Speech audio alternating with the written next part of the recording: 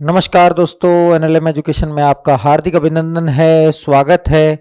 मित्रों, हमने पश्चिमी विचारकों का अध्ययन किया। पश्चिमी विचारकों में मार्क्स के बाद लेनिन का, माओ का। अब हम करते हैं नव मार्क्सवाद का अध्ययन। नव मार्क्सवाद समाजवाद की ऐसी शाखा है जो कहती है मानव चेतना द्वारा समाजवाद आएगा। ये नव मार्क्सवादी जो विचारक हैं, युवा मार्क्स के विचारों से प्रभावित हैं, तरुण मार्क्स के विचारों से प्रभावित हैं, अर्थात मार्क्स की दार्शनिक आर्थिक पांडुलिपियां 1844 पुस्तक से प्रभावित हैं। ये भी मार्क्स की तरह एकाकीपन के सिद्धांत का समर्थन करते हैं, अलगाव के सिद्धांत का समर्थन करते हैं। और ये मार्क्स के वर्णसंकर सिद्धांत से तो सहमत है, लेकिन ऐतिहासिक भौतिकवाद सिद्धांत से सहमत नहीं है। ये हीगल से भी प्रभावित है। हीगल से चेतना की अवधारणा इन्होंने हीगल से ली है। ये भौतिक संस्कृति की आलोचना करते हैं, प्रति संस्कृति का समर्थन करते हैं। कहते हैं नव मार्क्सवादी जो विचार हैं वो एक फ्रैंकफर्ट स्कूल की देन है। 1923 में जर्मनी में स्थापित हुआ था, लेकिन जैसे ही हिटलर का शासन आया तो वो 33 में अमेरिका चला गया था और फिर बाद में 1953 में पुनः जर्मनी लौट आया था। तो मित्रों, नव मार्क्सवादी विचारक अनेक हैं। Antonio Gramsci, Louis Althusser, Erich Fromm, Habermas, Hamza Alavi, तो फ्रांज फैनन। हमें सब इनका ध्यान रखना है और इनके बारे में थोड़ा थोड़ा अध्ययन करना है। मित्रों, ये सब सिलेबस में है, क्योंकि जब मार्क्स आ जाता है तो ये भी आ जाते हैं। अब ये नहीं सोचना है कि नेट में नहीं है या फर्स्ट ग्रेड में नहीं है या असिस्टेंट प्रोफेसर में नहीं है। ये मार्क्स है तो ये सिलेबस में है। आइए मित्रों, हम नव मार्क्सवाद का अध्ययन करते हैं। नव मार्क्सवादी विचारक, आप सुन लीजिए जो मैंने बोला है, थोड़ा सा सुनने पे ध्यान दीजिएगा। नव मार्क्सवाद समाजवाद की ऐसी शाखा है जो मानव चेतना द्वारा समाजवाद की स्थापना करना चाहती है। क्या कहती है? मानव चेतना द्वारा समाजवाद स्थापित होगा। नव मार्क्सवाद युवा मार्क्स या तरुण मार्क्स से प्रभावित है, अर्थात मार्क्स की पुस्तक द आर्थिक व दार्शनिक पांडुलिपियां 1844 और एकाकीपन अलगाव के सिद्धांत से प्रभावित हैं। तो मार्क्स का अलगाव का सिद्धांत आपको ध्यान ही है, तो मैंने पिछली वीडियो में बताया, जिसमें वो कहता है पूंजीवाद में मनुष्य का आज 4 स्तर पर अलगाव हो रहा है। पहला उत्पादन प्रणाली से अलगाव, दूसरा पर्यावरण से अलगाव, तीसरा साथियों से अलगाव, चौथा स्वयं से अलगाव। मार्क्स कहता भी है इस अलगाव का जो अंत होगा वो साम्यवाद में होगा, लेकिन नव मार्क्सवादी के अपने एक अलग तरीके से कहते हैं, छोटे छोटे स्वायत्त समूह और नैतिकता पर ध्यान देते हैं। कहते हैं जब समाज में नैतिकता की स्थापना होगी और छोटे छोटे स्वायत्त समूह होंगे, तब जाकर कहीं जो है कि अलगाव का अंत होगा। तो बस अंत को लेकर तो मार्क्स से मतभेद रखते हैं, तो ये भी आपको ध्यान में रखना है। आइए मित्रों, अब देखते हैं नव मार्क्सवादी विचारक किन बातों पर बल देते हैं। पहला, ये मार्क्स के वर्ग संघर्ष और हीगल के चेतना संबंधी विचारों से प्रभावित है। ये मित्रों, ये क्वेश्चन आ चुका है कि ये किससे प्रभावित है, हीगल की चेतना से और मार्क्स के वर्ग संघर्ष से। ये पहले आईएएस वाले में क्वेश्चन में भी आ चुका है, नेट में भी आ चुका है, तो ये ध्यान में रखना है। दूसरा, जो नव मार्क्सवादी जो विचार है, नव मार्क्सवाद की स्थापना कहाँ हुई थी कि 1923 में जर्मनी में हुई थी। फ्रैंकफर्ट स्कूल की देन है। किसकी देन है? फ्रैंकफर्ट स्कूल की। ये 1933 में अमेरिका चला गया था, क्योंकि हिटलर ने इनको कहीं ना कहीं विरोध करने का नीति अपनाई थी। 1953 में पुनः जर्मनी में आ गया। ये सभी प्रकार के शोषण का विरोध करते हैं। जहाँ प्रौढ़ मार्क्स में तो केवल क्या किया जाता है, आर्थिक शोषण का विरोध किया जाता है, लेकिन यह युवा मार्क्स की भांति आर्थिक शोषण के साथ साथ सामाजिक, सांस्कृतिक, राजनीतिक, तकनीकी सभी प्रकार के शोषण का विरोध करते हैं। यह भौतिकवादी संस्कृति की भी आलोचना करते हैं और आलोचनात्मक सिद्धांत या प्रति संस्कृति देते हैं। तो ये भौतिकवादी संस्कृति को अच्छा नहीं मानते, नैतिकता और प्रकृति के अनुरूप जीवन यापन पर बल देते हैं। इसलिए कहते भी हैं ये प्रकृति और नैतिकता का समर्थन करते हैं। यह मार्क्स के वर्ग संघर्ष सिद्धांत का तो समर्थन करते हैं, लेकिन ऐतिहासिक भौतिकवाद की आलोचना करते हैं। तो ये बातें मैंने बताई, इसके ये बेसिक पॉइंट से मित्रों ज्यादा क्वेश्चन आते हैं। तो ये सारे 6 बेसिक पॉइंट है, तो ये ध्यान रखने चाहिए आपको। अब प्रमुख नव मार्क्सवादी विचारक कौन हैं, ये सूची के रूप में आपको ध्यान भी रखने हैं। Antonio Gramsci, Habermas, Hamza Alavi, Louis Althusser, Erich Fromm, Frantz Fanon, Max Horkheimer, तो ये सारे ध्यान रहने चाहिए। तो मित्रों भाई, नव मार्क्सवादी विचारक कौन कौन से हैं, हमें इनके बारे में अब थोड़ा बहुत अध्ययन भी करना जरूरी है। तो आइए मित्रों, अब एक एक करके इनके बारे में अध्ययन करते हैं। सबसे पहले नव मार्क्सवादी विचारक लेते हैं एंटोनियो ग्राम्स्की, जिनका जीवन काल 1891 से 1937 था। ये इटालियन नव मार्क्सवादी विचारक थे। तो इटली के रहने वाले थे। पहले ये प्रौढ़ मार्क्स में आस्था रखते थे, लेकिन जैसे मुसोलिनी का शासन आया, मुसोलिनी ने जेल में डाल दिया, क्योंकि ये साम्यवाद की बात करते थे। तो जेल में पहले तो ये सोचने लगे थे कि मुझे मजदूर आएंगे, क्रांति करेंगे और मुझे बचाएंगे, लेकिन कोई नहीं आया, क्योंकि मुसोलिनी ने सबको अपने पक्ष में कर लिया था, सबको कहीं ना कहीं आश्वासन देके अपने साथ जोड़ लिया था। तो उनके विचारों में परिवर्तन आया कि खाली आर्थिक क्षेत्र में क्रांति करने से समाजवाद नहीं आता।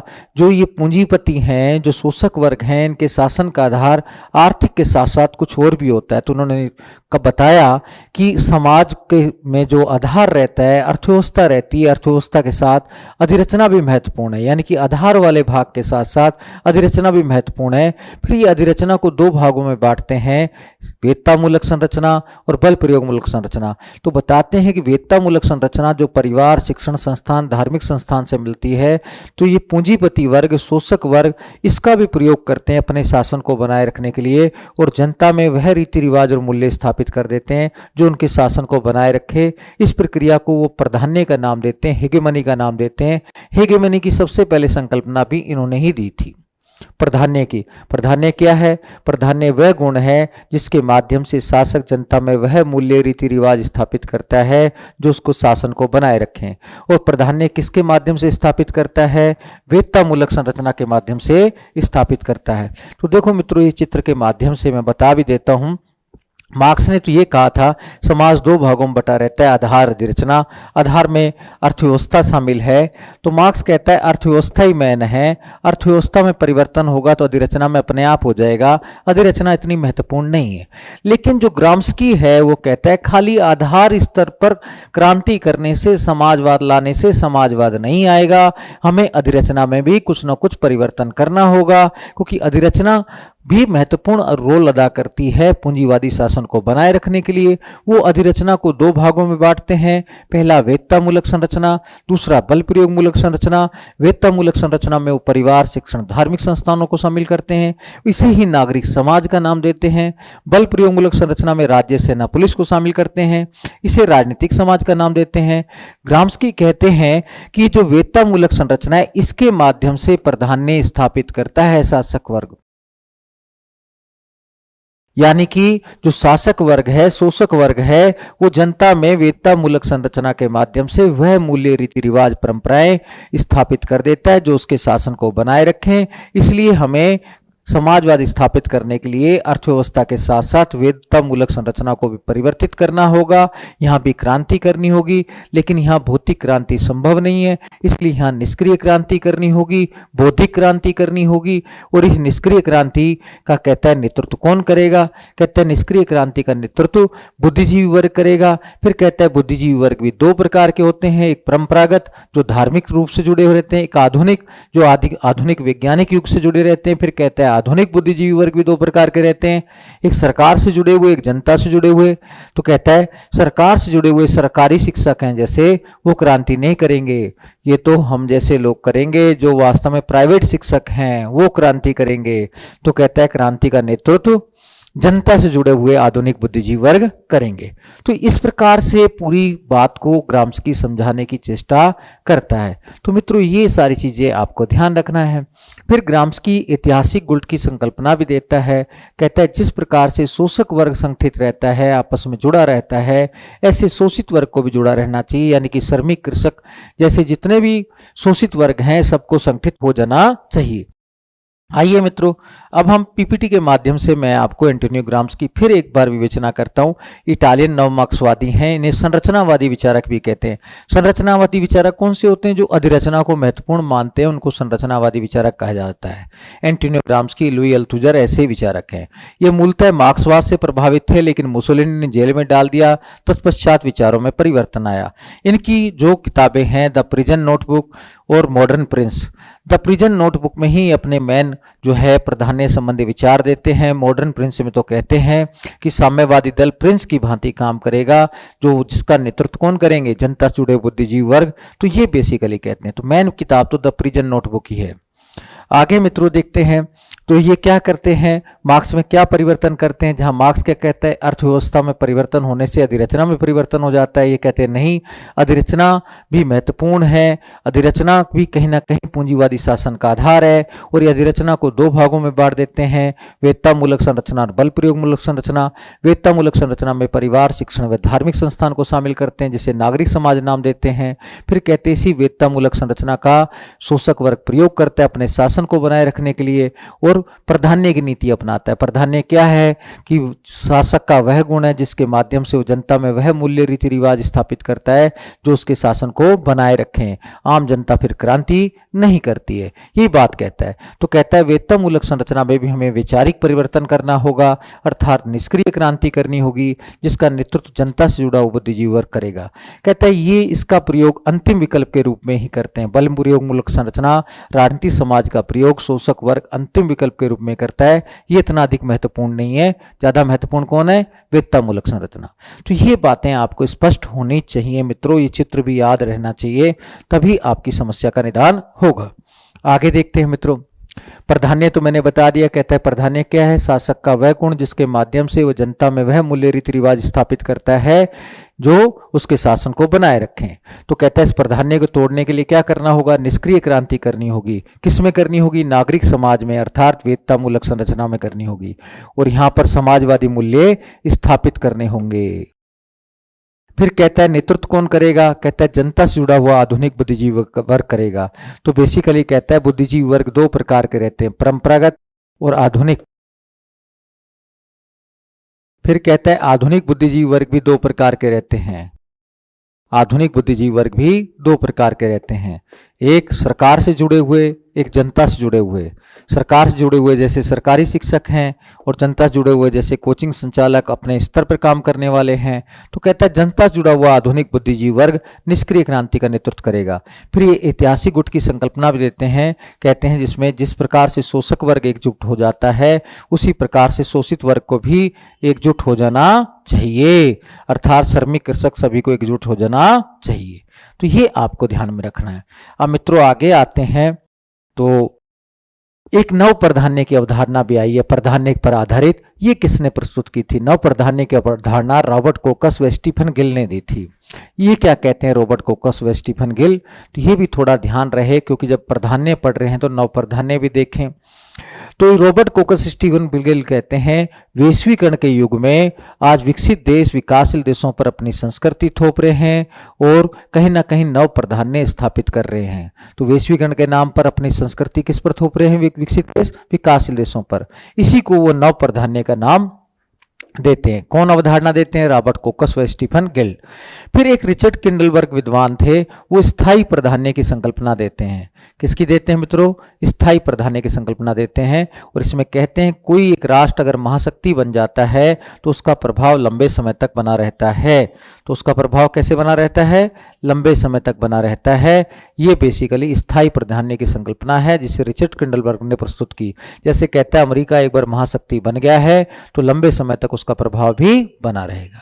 तो ये छोटी छोटी बातें आपको सारी ध्यान रखनी है। प्राधान्य की अवधारणा ग्राम्स्की ने दी, नव प्राधान्य की अवधारणा रॉबर्ट कोकस स्टीफन गिल ने दी, स्थायी प्राधान्य की अवधारणा रिचर्ड किंडलबर्ग देते हैं। अब सुमेलित करने के लिए आए मित्रों तो भी सुमेलित कर लेना। फिर ये आईआर से संबंधित और हो जाता है तो वैसे भी सिलेबस में है, तो आप ये मत सोचना कि भाई ये ऐसे है वैसे, आपको जितना हो अधिक पढ़े क्योंकि ऊपर पॉलिटिकल साइंस लिखा हुआ है। आइए मित्रों आगे देखते हैं जुर्गेन हेबरमास। जुर्गेन हेबरमास भी नव मार्क्सवादी विचारक हैं। 1929 में इनका जर्मनी में जन्म हुआ था लेकिन कर्म भूमि कहीं ना कहीं अमेरिका रही थी। ये पूंजीवादी भौतिकवादी समाज की आलोचना करते हैं, उत्तर आधुनिकतावाद की भी आलोचना करते हैं। क्योंकि उत्तर आधुनिकतावाद जो था कि वो आधुनिकता के बाद व्यवहारवाद के बाद आया, इसमें देकार्ते और माइकल फुकोट जैसे विधान जुड़े हुए हैं। ये विज्ञानवाद के स्थान पर परंपरावाद पर कहीं ना कहीं प्रभाव डालते हैं। उत्तर आधुनिकतावाद की सोच है कि परंपरावाद को वापस अपनाना चाहिए, तो इसलिए आलोचना करते हैं। कहते हैं कि उत्तर आधुनिकतावाद की आलोचना इसलिए करते हैं कि एक तो वैज्ञानिक प्रगति की आलोचना करता है और मानव के सामान्य जीवन की आलोचना करता है। फिर मानव के सामान्य जीवन में विज्ञान का महत्व है और ये विज्ञान की उपेक्षा करते हैं, इसलिए बेसिकली ये उत्तर आधुनिकतावाद की आलोचना करते हैं। तो ये क्वेश्चन ध्यान रखना है। अब उत्तर आधुनिकतावाद भी अपने आप सिलेबस में हो गया। तो ये आपको ध्यान में रखना है। आगे मित्रों अगली जो चीज है, ये संरचनावाद की भी आलोचना करते हैं। तो कहते हैं माइकल फूको जैसे जो विचारक हैं वो प्रत्यक्षवादी हैं, वो कहीं ना कहीं किसी का प्रभुत्व स्थापित करने के प्रयास करते हैं। उनमें प्रदर्शनकारी विरोधाभास है।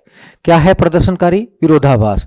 यानी कि जो लिखते हैं उसमें और जो प्रदर्शित करते हैं उसमें अंतर है। जैसे ये लिखते हैं कथन में, मैं मर चुका हूं, तो मर चुका है तो लिख कैसे रहा है भाई? ये कह रहे हैं इस प्रकार से इनमें प्रदर्शनकारी विरोधाभास है कि ये जो कहते हैं और उसमें देखा जाए तो विरोधाभास देखने को मिलता है। तो जैसे कथन है मैं मर चुका हूं, मर चुका है तो फिर भाई लिख कैसे रहा है? तो ये प्रदर्शन ऐसे करते हैं कि वास्तव में मर चुके हैं, लेकिन मर कहाँ चुके हैं, मर चुके तो लिख ही नहीं सकता।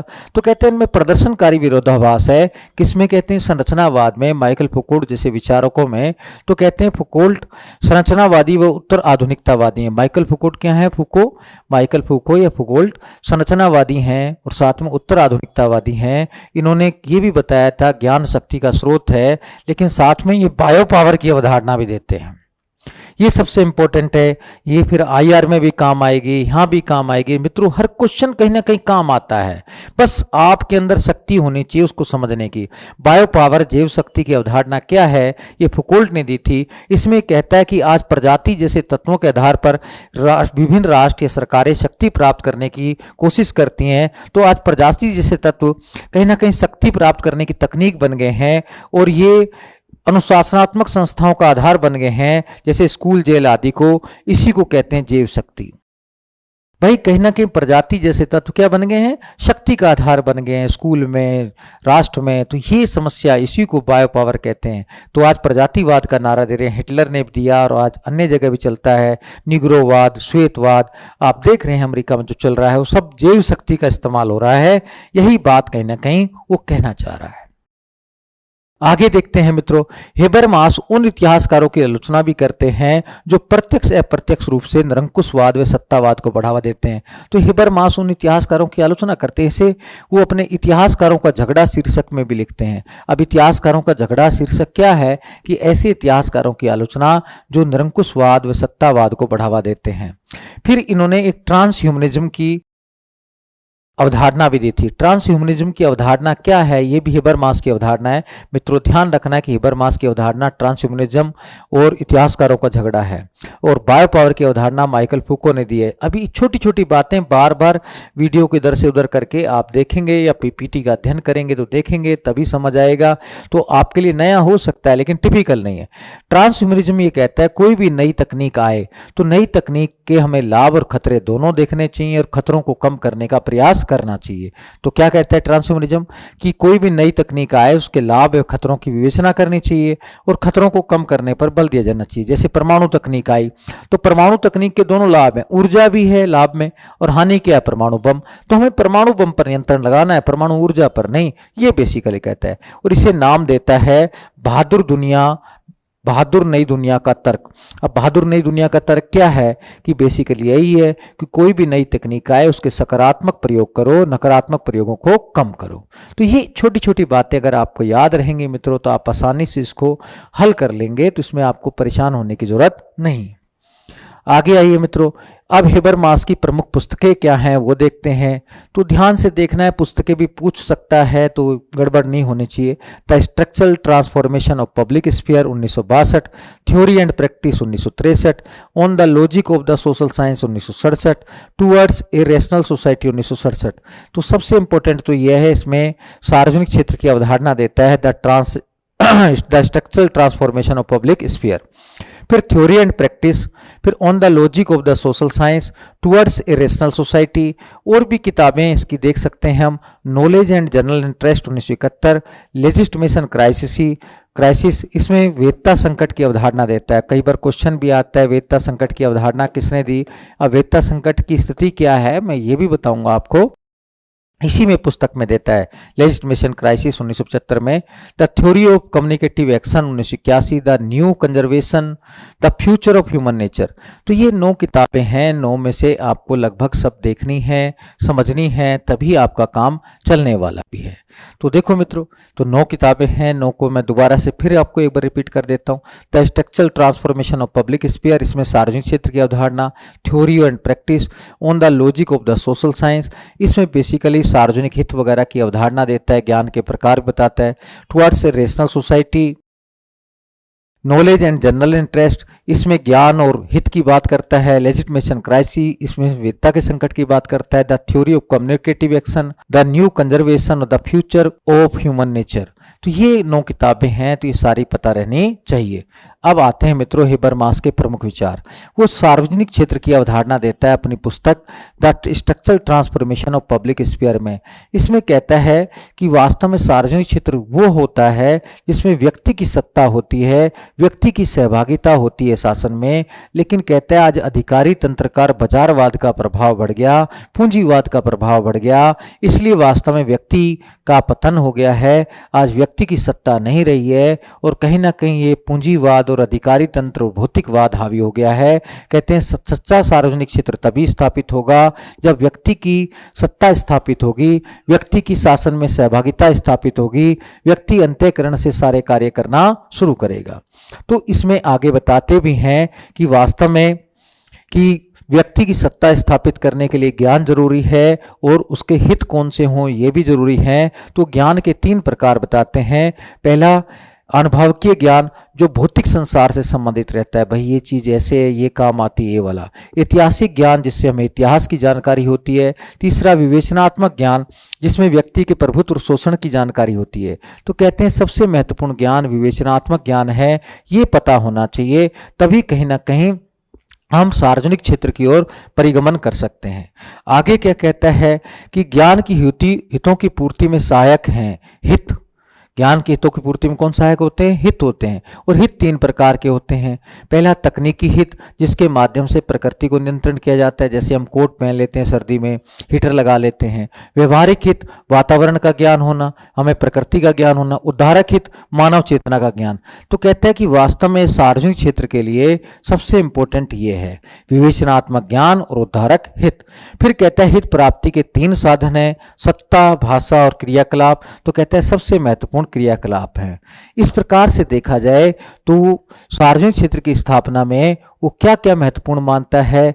सबसे महत्वपूर्ण मानता है विवेचनात्मक ज्ञान, और विवेचनात्मक ज्ञान के साथ क्या महत्वपूर्ण मानता है? उद्धारक हित और साथ में क्रियाकलाप। तो ये आपको 3 तत्व ध्यान रखने हैं। ज्ञान कौन सा महत्वपूर्ण है? विवेचनात्मक। और ऐतिहासिक ज्ञान महत्वपूर्ण नहीं। तो कहता है विवेचनात्मक ज्ञान महत्वपूर्ण है। हित भी तकनीकी हित, व्यवहारिक हित महत्वपूर्ण नहीं, उद्धारक हित महत्वपूर्ण है। और सिंपल हित प्राप्ति के 3 साधन है। तो साधन कौन सा होना चाहिए? क्रियाकलाप। सत्ता के माध्यम से हितों की प्राप्ति नहीं करनी चाहिए, भाषा के माध्यम से हितों की प्राप्ति नहीं करनी चाहिए। तो साधन ये हित और ये ज्ञान। ज्ञान ये होना चाहिए, हित इस पर बल देना चाहिए, साधन ये होना चाहिए, तो आपका सार्वजनिक क्षेत्र स्थापित हो जाएगा। ऐसा हेबरमास पूरा बताते हैं। तो ये आपको समझने की चेष्टा करनी है। अब मित्रों फिर उन्होंने डेलिब्रेटिव डेमोक्रेसी की अवधारणा भी दी और इस पर भी अपने विचार व्यक्त किए। तो वास्तव में क्या कहते हैं डेलिब्रेटिव डेमोक्रेसी में कि निर्णय प्रक्रिया में आम जनता की भागीदारी होनी चाहिए। और इसमें जेम्स किस्किन और रॉबर्ट लुस्किन, जोशुआ कोहेन भी इसका समर्थन करते हैं। तो ये भी है, फिस्किन है, जेम्स फिस्किन। तो बेसिकली मित्रों ध्यान रखना है कि डेलिब्रेटिव डेमोक्रेसी कहीं ना कहीं प्रत्यक्ष लोकतंत्र और प्रतिनिधि लोकतंत्र दोनों के गुणों का समावेश करती है। और हमने पहले थ्योरी वाले टॉपिक में अलग से डेलिब्रेटिव डेमोक्रेसी वीडियो भी बना हुआ है, तो आप उसमें देख सकते हैं। इसमें क्या कहते हैं? निर्णय प्रक्रिया में जनता की भागीदारी होनी चाहिए। जेम्स फिस्किन, रॉबर्ट लुस्किन, जोशुआ कोहेन, ये सब डेलिब्रेटिव डेमोक्रेसी का समर्थन करते हैं। इनके साथ हेबरमास भी डेलिब्रेटिव डेमोक्रेसी का समर्थन करते हैं और कहते हैं निर्णय प्रक्रिया में जनता की भागीदारी होनी चाहिए। वास्तव में डेलिब्रेटिव डेमोक्रेसी शब्द का प्रयोग सर्वप्रथम किया था जोसेफ एम बेसेट ने 1980 में। इन्होंने एक पुस्तक लिखी थी deliberative democracy the majority principal in Republic का गवर्नमेंट। तो ये ध्यान में रखना है कि वास्तव में डेलिब्रेटिव डेमोक्रेसी क्या है। इसमें कहते हैं प्रत्यक्ष लोकतंत्र के गुण भी कहीं ना कहीं प्रतिनिधि लोकतंत्र में समावेश करो और निर्णय प्रक्रिया में जनता की भागीदारी करो। तो वास्तव में तभी वास्तव में सच्चा लोकतंत्र आएगा और व्यक्ति की सत्ता में भागीदारी होगी। तो ये हेबरमास भी डेलिबरेटिव डेमोक्रेसी का समर्थन करते हैं, जेम्स फिस्किन, रॉबर्ट लुस्किन, जोसेफ कोहेन की तरह। और साथ में कहते हैं कि डेलिबरेटिव डेमोक्रेसी शब्द का प्रयोग सबसे पहले किसने किया था? जोसेफ एम बेसेट ने किया था। किस पुस्तक में किया था? Deliberative democracy the majority principal in Republican government में किया था। और ये डेलिबरेटिव डेमोक्रेसी किस पर बल देती है? प्रतिनिधि लोकतंत्र और प्रत्यक्ष लोकतंत्र के मिश्रण पर बल देती है। तो कहती है प्रतिनिधि लोकतंत्र में प्रत्यक्ष लोकतंत्र के गुणों का समावेश करना चाहिए, जनता की सहभागिता स्थापित करनी चाहिए शासन में। फिर ये वेत्ता के संकट की संकल्पना देते हैं हेबरमास। हेबरमास अपनी पुस्तक लेजिटमेसी क्राइसिस में लिखते हैं कि वर्तमान में पूंजीवाद को दोहरे कार्य करने पड़ रहे हैं, एक तरफ प्रगति का, एक तरफ कल्याण का। एक तरफ वो प्रगति की बात कर रहे हैं और एक तरफ कल्याण की बात कर रहे हैं। जब वो प्रगति की नीति अपनाते हैं तो कल्याण वाले विरोध करते हैं, जब कल्याण की नीति अपनाते हैं तो प्रगति वाले विरोध करते हैं। इसलिए यहाँ अंतर विरोध पाया जाता है। तो हेबरमास कुछ पूंजीवादी राज्य के अंतर विरोधों की चर्चा भी करता है। पहला कहता है अंतर विरोध पाया जाता है उत्पादन प्रणाली के निर्माण व रखरखाव को लेकर, फिर बाजार के लिए कार्य को लेकर, फिर वंचित वर्गों के लिए कार्य को लेकर। तो कहते हैं इन मुद्दों पर कहीं ना कहीं अंतर विरोध देखने को मिलता है, इसलिए वहां वेत्ता का संकट पाया जाता है। सरकार की किसी भी नीति को पूर्णतः समर्थन नहीं मिलता है। तो ये आपको ध्यान रखना है, क्या पाया जाता है? अंतर विरोध पाया जाता है। तो ये आपको पता रहना चाहिए, तो इसमें आपको गड़बड़ नहीं करनी चाहिए। तो कहते हैं दोहरे कार्यों के कारण वहां वेत्ता के संकट की स्थिति बनी हुई है। लेकिन हेबरमास वेत्ता के संकट के साथ साथ आर्थिक संकट की भी चर्चा करता है, विवेकीकरण संकट की भी चर्चा करता है, अभिप्रेरणा संकट की भी चर्चा करता है। लेकिन सबसे कहता है कि जो खतरनाक स्थिति है वो वेत्ता के संकट वाली है। तो वेत्ता का संकट कब समाप्त होगा? जब व्यक्ति की सत्ता स्थापित होगी, डेलिबरेटिव डेमोक्रेसी आएगा, सार्वजनिक क्षेत्र की स्थापना होगी। तो हेबरमास निम्न संकटों की भी चर्चा करता है। पहला है आर्थिक संकट। जब कहता है आवश्यकता से कम उत्पादन होता है तो आर्थिक संकट की स्थिति आ जाती है। जब कहता है विवेकीकरण का संकट कब होता है? जब कहता है निर्णय प्रक्रिया में टकराव होता है। अभिप्रेरणा का संकट कब होता है? जब कहता है नवीन कार्य आते हैं और सांस्कृतिक प्रतीकों के साथ टकराव होता है, तो अभिप्रेरणा का संकट है। इस प्रकार हेबरमास 4 प्रकार के संकटों की चर्चा कर देता है: वेत्ता का संकट, आर्थिक संकट, विवेकीकरण का संकट और अभिप्रेरणा का संकट। तो मित्रों ये सारी बातें आपको हेबरमास की भी ध्यान रखनी चाहिए और तभी हेबरमास के बारे में आप समझ भी ढंग से पाएंगे। तो छोटी छोटी बातें हैं, जब आपको ध्यान रखेंगे तो आपका हो जाएगा। फिर हेबरमास ज्ञानोदय का समर्थन करता है। ज्ञानोदय एंटाइटलमेंट का समर्थन करता है, जो 18वीं शताब्दी में एक बौद्धिक दर्शन था। ज्ञानोदय जो तर्क पर, नैतिकता पर, स्वतंत्रता पर, प्रगति पर, सहनशीलता पर, बंधुता पर, संवैधानिक सरकार पर, धर्मनिरपेक्षता पर बल देता है। और जैसे रेने डेस्कार्tes थे तो उन्होंने एर्गी योग की अवधारणा दी थी, उसमें कहा था मुझे लगता है इसलिए मैं हूं का समर्थन करता हूं। तो ये नैतिकता पर आधारित है, एर्गी योग पर आधारित है, बंधुता पर आधारित है, स्वतंत्रता पर आधारित है। यानी कि इसमें एक तरफ तर्क भी है तो साथ में बुद्धि भी है, सद्गुण भी है और व्यक्ति के अधिकार भी हैं, व्यक्ति की सत्ता भी है। तो कहता है ज्ञानोदय का समर्थन करना चाहिए। तो हमें वैज्ञानिकता को अपनाना चाहिए लेकिन साथ में नैतिकता को भी अपनाना चाहिए। तो एर्गी योग की अवधारणा किसने दी थी ये भी ध्यान रख लेना, रेने डेस्कार्tes ने दी थी। और इसमें वो कहते हैं मुझे लगता है इसलिए मैं हूं का समर्थन करता हूं। तो ये ध्यान रखना कि अपने अस्तित्व को बनाए रखना, मानव अस्तित्व को बनाए रखने का समर्थन। अगले मित्रों नव मार्क्सवादी विचारक हैं फ्रांज फैनन।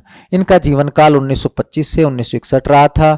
इन्होंने अल्जीरिया क्रांति में भाग लिया था। मूल रूप से अफ्रीकी थे, तो अफ्रीकी मूल रूप से पहले विद्वान है नव मार्क्सवादी। तो ये ध्यान रखना, इन्होंने बहुत पुस्तकों की लिखनी है लेकिन मेन पुस्तकें हैं black skin and white mask, और दूसरा 1952 में लिखी थी डाइंग कॉलोनिज्म, 1959 में लिखी थी the wretched of the earth, 1961 में लिखी थी। अब इनकी जो black skin and white mask है, इसमें उपनिवेशवादी शासन, प्रजातिवादी शासन का विरोध करते हैं। कहते हैं जो विकसित देश हैं आर्थिक लाभ के लिए पहले उपनिवेश स्थापित करते हैं और उपनिवेश को बनाए रखने के लिए प्रजातिवाद जैसी नीतियां अपनाते हैं और प्रजातिवाद के नाम पर जो वहां की जनता है उसका शोषण करते हैं, उस पर अत्याचार करते हैं। कहते हैं कई देशों ने स्वतंत्रता भी प्राप्त कर ली है लेकिन ये प्रजातिवाद जो उन्होंने हथियार का प्रयोग किया था उसका प्रभाव आज तक खत्म नहीं हुआ। आज तक उनकी जनता पर एक श्वेत भार बना हुआ है। जैसे मित्रों भारत के संदर्भ में देखें, यहाँ भी अंग्रेजों ने 250 साल तक शासन किया, तो आज भी हम मानते हैं कि अंग्रेज ज्यादा इंटेलिजेंट होते हैं। यही श्वेत भार है, यही व्हाइट बर्डन है, जो हमारी सोच है। ये हमारी सोच को समाप्त नहीं कर पाता, क्योंकि उन्होंने 250 साल तक यहाँ प्रजातिवाद को लागू किया था, अपनी श्रेष्ठता को प्रजातिवाद के नाम पर लागू किया था। अब श्रेष्ठ तो नहीं है, लेकिन हमारे दिमाग में ऐसा बिठा गए 250 साल में, तो उसी के कारण से आज हमारा शोषण हो रहा है, क्योंकि हम उनके उत्पाद खरीद रहे हैं, उनकी तकनीक को अपना रहे हैं। तो कहीं ना कहीं आज भी हमारा शोषण इस व्हाइट बर्डन के जारी है। यही बात black skin and white mask में फ्रांज फैनन कहते हैं। दूसरा, the ratchet of the earth पुस्तक में लिखते हैं कि वो दुनिया के सबसे अभागे लोग हैं जो आज भी प्रजातिवाद का शिकार हैं। अफ्रीका के कई देशों में तब क्या है, प्रजातिवाद था, तो कहते हैं कि आज दुनिया के सबसे अभागे लोग हैं जो आज भी क्या है, प्रजातिवाद का शिकार है। तो देखिए मित्रों, ये उपनिवेशवाद, प्रजातिवाद और श्वेत जाति के भार का विरोध करते हैं। तो कहते हैं उपनिवेशवाद और प्रजातिवाद के कारण ही ये व्हाइट बर्डन का शिकार आज वहां की जनता हो रही है, व्हाइट बर्डन का, यानी कि कहीं ना कहीं अंग्रेजों की श्रेष्ठता मान रही है, और इसके कारण अंग्रेज लोग, विकसित देश जो हैं, अपनी संस्कृति और अर्थव्यवस्था को वहां पर थोप रहे हैं और उनका शोषण कर रहे हैं। तो कहते हैं इसके कारण, इस प्रजातिवाद के कारण और व्हाइट बर्डन के कारण आज भी विकासशील देशों का शोषण हो रहा है। फिर कहता है वर्तमान में दुनिया के सबसे अभागे लोग हैं जो आज भी प्रजातिवाद और उपनिवेशवाद का शिकार हैं। फिर ये दोहरी चेतना की अवधारणा भी देते हैं। ये दोहरी चेतना की अवधारणा ये अमेरिका में जो निग्रो और श्वेत संघर्ष है उससे जुड़ी हुई है। मेनली अमेरिका के निग्रो से संबंधित है। अमेरिका में बहुत सारे निग्रो लोग हैं, तो उनसे संबंधित है। कहते हैं जो अमेरिकी निग्रो हैं वे एक तरफ तो अमेरिकी बनना चाहते हैं, दूसरी तरफ अपने अफ्रीकी मूल को भी नहीं छोड़ना चाहते हैं, क्योंकि अफ्रीका से ही आए हैं। तो कहते हैं उनमें दोहरी चेतना है। एक तो अफ्रीकी संस्कृति को जिंदा रखना चाहते हैं, दूसरा अमेरिका के राष्ट्रवाद को भी जिंदा रखना चाहते हैं, अमेरिका को बनाए रखना चाहते हैं। इसलिए वो दोहरी चेतना का शिकार हो रहे हैं। किसका शिकार हो रहे हैं? दोहरी चेतना से वो अपनाना चाहते हैं। लेकिन जो अमेरिकी जो सरकार है या अमेरिका के लोग हैं उन्हें सिंगल चेतना अपनाने पर बाध्य करते हैं, इसलिए उनके साथ अन्याय हो रहा है और दोहरी चेतना की उनको समाप्त करने का प्रयास किया जा रहा है। फिर बेसिकली अल्जीरिया क्रांति का वर्णन भी वो अपनी पुस्तक एक डाई कॉलोनिज्म में करते हैं और बताते हैं कि फ्रांसीसी उपनिवेश और उत्पीड़न के कारण और तथा आधुनिक चेतना के कारण यहाँ क्रांति हुई है, कि ना फ्रांसीसी सरकार वहाँ उत्पीड़न करती और ना वहाँ आधुनिक चेतना आती तो क्रांति नहीं होती। तो फ्रांसीसी उत्पीड़न और चेतना, इन दोनों का कारण कहीं ना कहीं अल्जीरिया क्रांति रहा। तो ये आपको सारी बातें फ्रांज फैनन के बारे में मित्रों ध्यान रखनी है। तो टिपिकल तो है नहीं, इजी है, लेकिन हम लोग ऐसा समझ लेते हैं। अगले थिंकर हैं लुई अल्थुजर। लुई अल्थुजर का जन्म अल्जीरिया में, लेकिन कर्म भूमि फ्रांस थी। ये संरचनावादी थे। संरचनावादी क्या होते हैं मैंने बताया था आपको, जो आधार के साथ रचना को महत्वपूर्ण मानते हैं। ये अपने अंतिम जीवन में मानसिक रोगी हो गए थे और इन्होंने कहते हैं अपनी पत्नी की भी हत्या कर दी थी। तो ये भी ध्यान रखना है कि बीमार थे। तो इनकी पुस्तकें हैं 3, तो 3 पुस्तकें भी ध्यान रखना। 4 मार्क्स 1965, ये सबसे इंपॉर्टेंट किताब है। Reading capital 1965, ideology and ideological state apparatus, तो ये 1970 की है। तो ये आपको तीनों किताब ध्यान रखना है। सबसे इंपॉर्टेंट 4 मार्क्स है, तो ये ध्यान रखना है। अब ये क्या कहते हैं, वो क्या क्या विचार देते हैं मित्रों, ये भी आपको मैं बता देता हूँ। डायरेक्ट पीपीटी के माध्यम से बता देता हूँ, बहुत टिपिकल नहीं है, तो आपको मैं पहले बता देता हूँ। पहला है ज्ञान मीमांसीय अंतराल।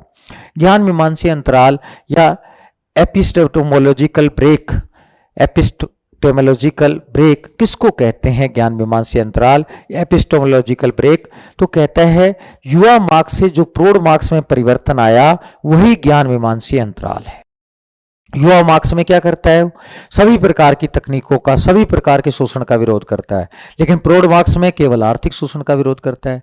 तो कहता है जो आर्थिक व दार्शनिक पांडुलिपियां 1844 और कम्युनिस्ट मैनिफेस्टो में जो अंतर है वही ज्ञान मीमांसीय अंतराल है, सरल शब्दों में।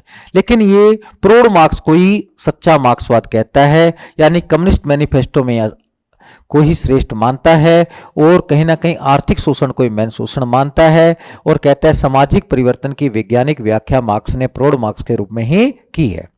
तो ज्ञान मीमांसीय अंतराल आपको समझ आ गया होगा। युवा मार्क्स से जो प्रौढ़ मार्क्स में परिवर्तन आया उसको क्या नाम देता है? ज्ञान मीमांसीय अंतराल। दूसरी अवधारणा इन्होंने वैचारिक राज्य मूल्यांकन संरचनाएं की थी। वैचारिक राज्य मूल्यांकन संरचनाएं क्या हैं मित्रों? मैंने अभी आपको ग्राम्स्की बताया। ग्राम्स्की जिसे वेत्तामूलक संरचना कहता है, उसी को ये वैचारिक राज्य मूल्यांकन संरचनाएं कहते हैं। यानी कि अधिरचना का एक भाग, अधिरचना को ये भी दो भागों में बांटते हैं, वैचारिक राज्य मूल्यांकन संरचनाएं और बल प्रयोगमूलक राज्य मूल्यांकन संरचनाएं।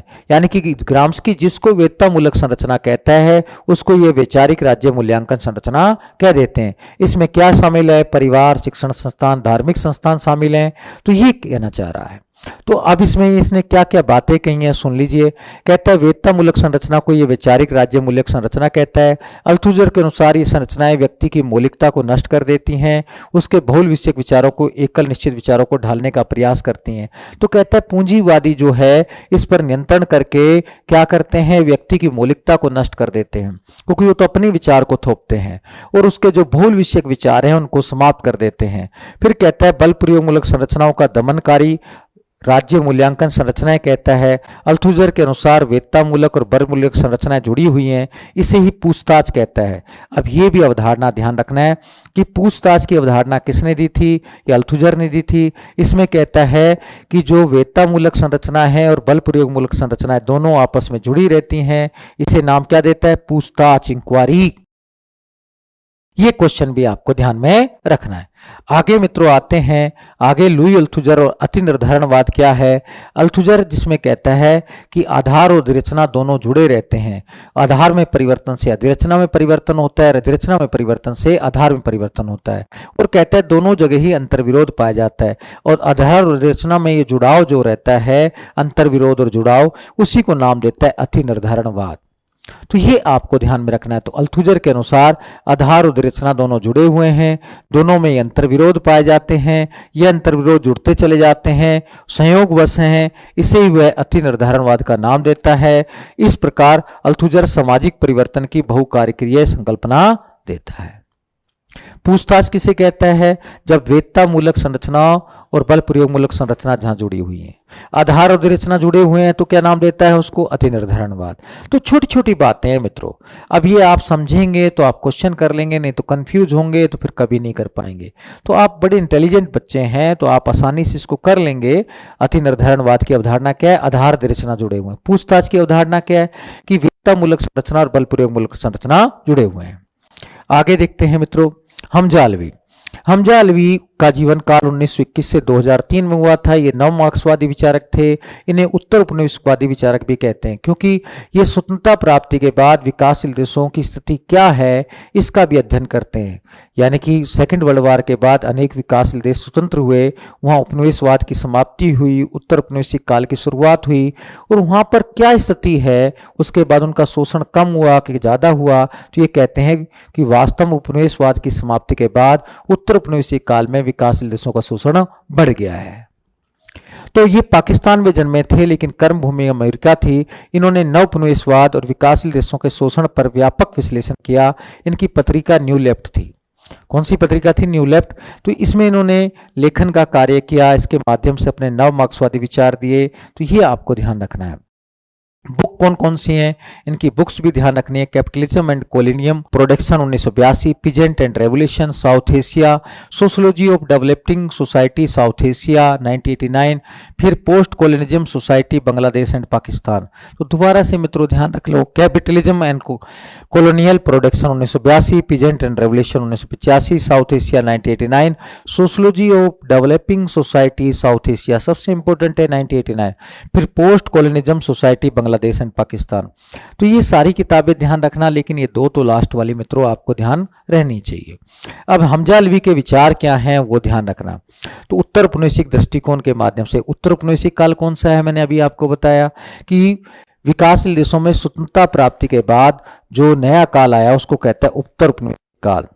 तो कहता है कि उत्तर उपनिवेशिक काल में, यानी कि स्वतंत्रता प्राप्ति के बाद भी विकासशील देशों का शोषण कम नहीं हुआ है वहां की जनता का, बल्कि जनता का शोषण बढ़ गया है। क्योंकि पहले एक ही जो शोषक वर्ग था वो था विदेशी वर्ग, लेकिन आज 4 प्रकार के शोषक वर्ग हो गए हैं। बाह्य पूंजीपति वर्ग जो बहुराष्ट्रीय कंपनी वाला है, आंतरिक पूंजीपति वर्ग ये टाटा बिरला जैसे लोग हैं, अंबानी जैसे लोग हैं, या आंतरिक पूंजीपति वर्ग हो गए। नौकरशाही आईएएस जैसे हैं, ये भी शोषण कर रहे हैं। और नेता भी शोषण कर रहे हैं। तो कहता है वास्तव में पहले एक ही शोषक वर्ग था कि वो था विदेशी शक्ति, लेकिन आज 4 हो गए हैं। आज एमएनसी भी शोषण कर रही है आम जनता का, आंतरिक पूंजीपति वर्ग भी शोषण कर रहे हैं, नौकरशाही भी शोषण कर रही है, नेता भी शोषण कर रहे हैं। इसलिए आम जनता का शोषण बढ़ गया है। इस शोषण बढ़ने का मेन कारण है यहाँ पर राष्ट्र निर्माण, राज्य निर्माण की समस्या पाया जाना। राष्ट्र निर्माण की समस्या का तात्पर्य है मनोवैज्ञानिक एकता नहीं है, जनता धर्म जाति क्षेत्र पर बटी हुई है। राज्य निर्माण की समस्या का तात्पर्य है यहाँ कानून व्यवस्था भी सही संचालित नहीं होता, दंगे वंगे होते रहते हैं। तो कहता है इस शोषण बढ़ने का मेन कारण है राष्ट्र निर्माण, राज्य निर्माण की समस्या। फिर कहता है ये राष्ट्र निर्माण, राज्य निर्माण की समस्या क्यों पाई जाती है? कहता है यहाँ विविधता पाई जाती है धर्म जाति संस्कृति में, इसलिए पाई जाती है और दोनों जुड़ी हुई हैं। अगर एक बनेगी समस्या आएगी तो दूसरी भी आएगी। भाई जब धर्म जाति क्षेत्र को बढ़ावा देंगे, दंगे करेंगे तो राज्य निर्माण की समस्या अपने आप आ जाएगी। यही बात कहीं ना कहीं हमजालवी समझाना चाह रहे हैं। तो कह लें पहले राष्ट्र निर्माण, राज्य निर्माण का कार्य पूरा करो तो शोषण भी समाप्त हो जाएगा, ये हमजालवी कहना चाह रहे हैं। देखो मित्रों, तो फिर वो भारत में राष्ट्र निर्माण, राज्य निर्माण की समस्या पर भी चर्चा करते हैं। कहते हैं भारत में राष्ट्र निर्माण, राज्य निर्माण की समस्या कारण है यहाँ धर्म जाति संस्कृति में विविधता का पाया जाना। दूसरा कारण बताते हैं यहां धार्मिक प्रतीकों का राष्ट्रीय प्रतीकों के रूप में प्रयोग किया जाता है, जिससे जो अल्पसंख्यक जो धर्म है, अल्पसंख्यक जो लोग हैं उनमें असुरक्षा की भावना आती है। इसलिए यहाँ पर राष्ट्र निर्माण, राज्य निर्माण की समस्या पाई जाती है। फिर आगे लिखते हैं, लेकिन कहते हैं भारत में धीरे धीरे एक युवा वैज्ञानिक दृष्टिकोण वाले वर्ग का प्रभाव बढ़ रहा है। जैसे जैसे इस युवा वैज्ञानिक दृष्टिकोण वाले वर्ग का प्रभाव बढ़ेगा वैसे वैसे भारत में राष्ट्र निर्माण, राज्य निर्माण की समस्या का निदान भी होगा। तो भारत के बारे में अंतिम रूप में पॉजिटिव विचार व्यक्त करते हैं हमजालवी। फिर पाकिस्तान के संबंध में भी अपना विचार व्यक्त करते हैं। कहते हैं कि वास्तव में पाकिस्तान को जिन्ना ने धर्मनिरपेक्ष शासन घोषित किया था, लेकिन इसके बावजूद भी वहां पर जो कट्टरवादी इस्लामिक ताकतें थी उनके प्रभाव के कारण वहां धर्मनिरपेक्ष राज्य स्थापित नहीं हो पाया। वो धर्मांधता की नीति अपनाते रहे। और साथ में कहते हैं आज वैश्वीकरण आया है, तो वैश्वीकरण के कारण वहां एक तरफ तो धर्म वाले कट्टर लोगों का प्रभाव तो है ही है, साथ में वहां पूंजीपति वर्ग का भी प्रभाव हो गया है और बाह्य पूंजीपति वर्ग का भी हो गया है। तो कह रहे हैं कि वहां बाह्य पूंजीपति वर्ग, आंतरिक पूंजीपति वर्ग के साथ महानगरीय क्षेत्र में शोषक वर्ग उभरा है। तो एक अलग प्रकार का शोषक वर्ग वहां भी उभर गया है। तो कहते हैं देखा जाए तो वहां शोषण वहां भी बढ़ गया है। तो पाकिस्तान का भी इन्होंने अध्ययन किया। तो इस प्रकार से आपको ध्यान रखना चाहिए कि हमजालवी ने विविध जो समस्याओं का अध्ययन कर, दक्षिणी एशिया की समस्याओं का अध्ययन कर उनके निदान का प्रयास यही किया कि वहाँ राष्ट्र निर्माण, राज्य निर्माण की समस्या को समाप्त किया जाए, वैज्ञानिक दृष्टिकोण अपनाया जाए। तो ये सारी बातें उन्होंने कही। इसके बाद मित्रों आगे एक छोटा सा थिंकर है एरिक फ्रोम। एरिक फ्रोम का जीवन काल 1980 तक था। अब ये जर्मन नव मार्क्सवादी थे। इनके विचार क्या है पहले ही कहते हैं, सबसे इंपॉर्टेंट है कि अस्तित्व होना, मानव के अस्तित्व पर ज्यादा ध्यान देते हैं। कहते हैं कि सबसे इंपॉर्टेंट है मानव को मानव होना, यानी कि उसके अंदर नैतिकता होना। तो नैतिकता की बात कर देते हैं कि जब तक नैतिकता नहीं है तो मानव नहीं है। तो नैतिकता कहते हैं मानव के लिए जरूरी है। दूसरा वो सामाजिक चरित्र की अवधारणा मार्क्स से लेते हैं। तो मार्क्स कहते हैं कि उत्पादन का तरीका सामाजिक चरित्र व्यवहार को निर्धारित करता है। बिल्कुल इसका वो सहमत हैं। कहते हैं जैसे उत्पादन जो तरीका रहता है उत्पादन प्रणाली का वो सामाजिक चरित्र को निर्धारित करता है। लेकिन इनके जो मेन विचार हैं वो स्वतंत्रता और सुरक्षा संबंधी विचार हैं, वो मैं आपको समझा देता हूँ। आइए मित्रों जानने की कोशिश करते हैं। इनकी बुक थी एस्केप फ्रॉम फ्रीडम 1941, हिंदी करें तो इसकी स्वतंत्रता से भागना। इसमें क्या कहते हैं, इसमें 2 प्रकार की स्वतंत्रता बताते हैं, फ्रीडम फ्रॉम और फ्रीडम टू। फ्रीडम फ्रॉम तो है राज्य से स्वतंत्रता, जिसमें राज्य की शक्ति को कम करते हैं, योग्यता की बात करते हैं, कहते हैं ये नकारात्मक स्वतंत्रता है। फ्रीडम टू का मतलब है कल्याणकारी राज्य पर बल देना, ये सकारात्मक स्वतंत्रता है। तो ये सच्ची स्वतंत्रता कहते हैं सकारात्मक है, जिसमें व्यक्ति दूसरे से जुड़ा रहता है, खाली योग्यता से काम नहीं चलता है। फिर फ्रोम का कि ये भी कहना है कि मनुष्य आज सुरक्षा की चाहत में अपनी स्वतंत्रता को दांव लगा रहा है, बस नौकरी के चक्कर में बस अपनी स्वतंत्रता को खत्म कर रहा है। और स्वतंत्रता की समाप्ति कहता है निरंकुशवाद को बढ़ावा देती है। किसको बढ़ावा देती है? निरंकुशवाद को। और निरंकुशवाद के कारण व्यक्ति कहता है कहीं ना कहीं मानसिक विकार का शिकार हो जाता है। किसका शिकार हो जाता है? मानसिक विकार का शिकार हो जाता है और गुब्बारे जैसा फूल जाता है। तो कहते हैं ये जो समस्याएं आ रही है ना, ये अपनी सुरक्षा के कारण स्वतंत्रता को दाव लगाने से आ रही हैं। तो अपनी स्वतंत्रता को प्राप्त रखो। आप मानव हो, मानवता को समाप्त मत होने दो, मानव वाली स्वतंत्रता को बनाए रखो। अपने विचार व्यक्त करने की छूट होनी चाहिए। जहां आपकी नैतिकता कहे वहां आप कार्य करने के लिए स्वतंत्र होने चाहिए। लेकिन आज सुरक्षा के चक्कर में हम सबको दाव में लगा रहे हैं। भौतिकवाद के कारण ऐसा हो रहा है। बस हम नौकरी चाहिए, नौकरी के बाद उसके बाद सब कुछ खत्म हो जाता है। आत्मा तो खत्म हो जाती है, खाली शरीर नौकरी करता है। तो ये बात कहीं ना कहीं कौन कहते हैं? एरिक फ्रोम कहते हैं। तो मित्रों, इस प्रकार से आपने नव मार्क्सवादी विचारकों का भी अध्ययन किया। बहुत बहुत आपका आभार, धन्यवाद। और फिर हम मिलते हैं। जय हिंद, जय भारत।